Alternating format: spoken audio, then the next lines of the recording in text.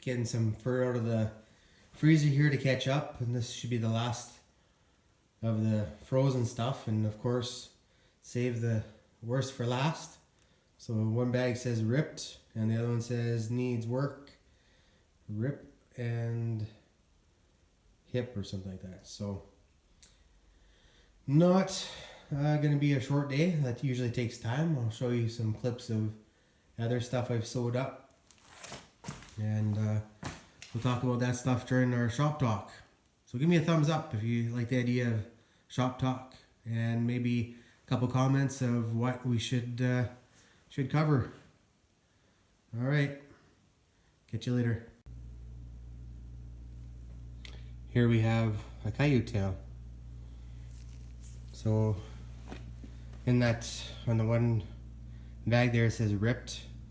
So basically it's just the tail and about an inch off the bottom.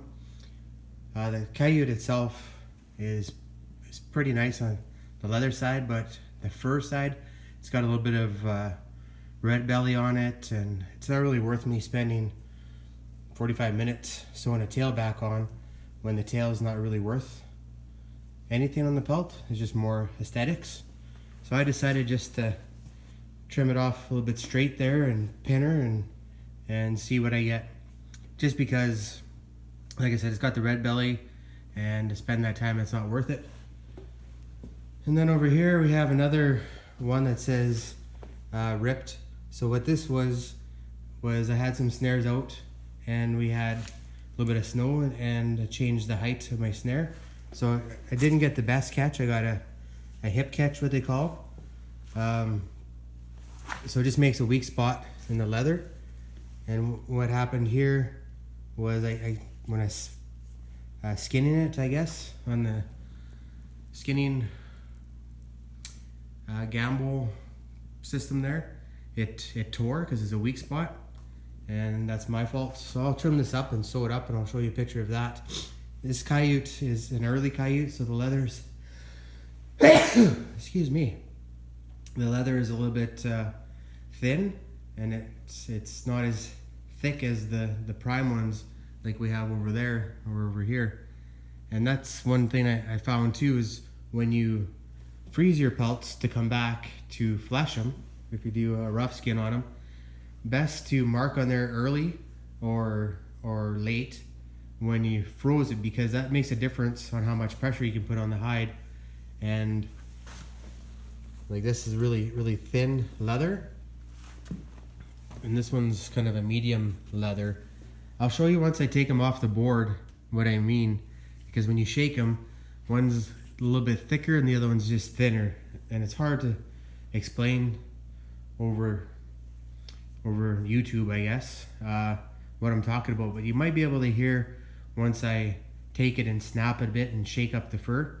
I'll try and do a video of that when I take these ones off, so you can see which are which. Some not bad looking coyotes here. Some big ones. Some of them I washed, and some of them I didn't, just because some were bloody because they were shot. And usually the ones I trap, I don't have to wash because they're pretty clean. This one here I'll have to wash because when I tore it, I kind of set it down in a little bit of a wet blood puddle. My bad, should have done better.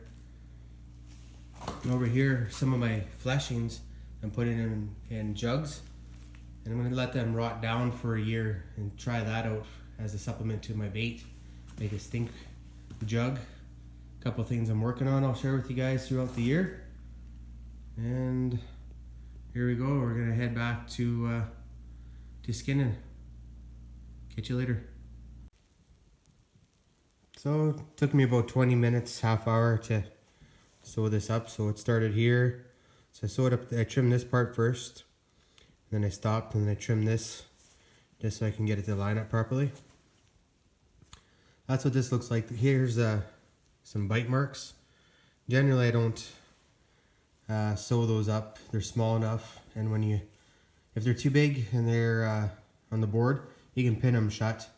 They're smaller than a 22 bullet size here. This is probably about 2 inches, and then we're about 6 to 7 inches here.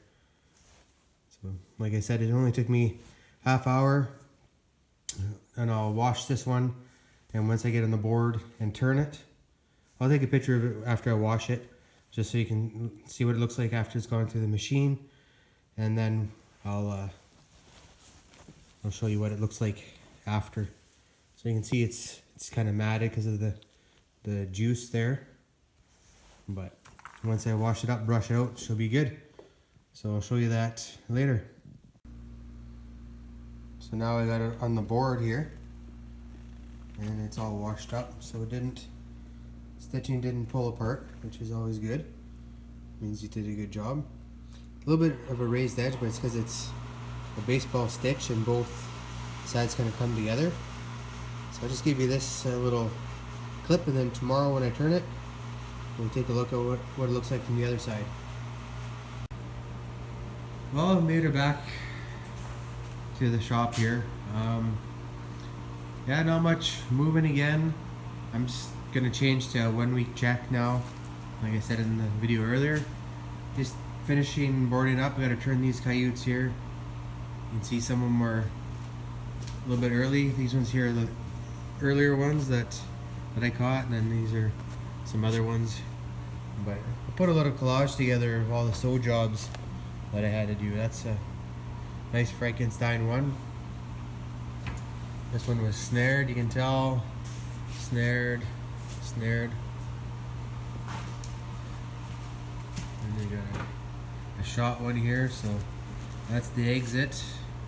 And then the entry there. This one was shot as well. So the entry there, and then exit came out across the rump, so I sewed that up. Looks pretty good. I got a few photos from before, and another little clip I'll show you guys of some other Franken dogs. We'll go from there. Well, I'll turn these and catch up with you later.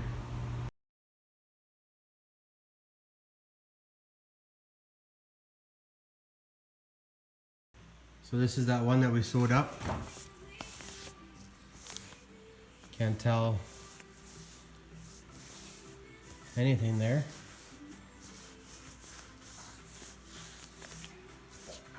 Brush it out and it's all nice and smooth. Can't feel that sew ridge in there at all.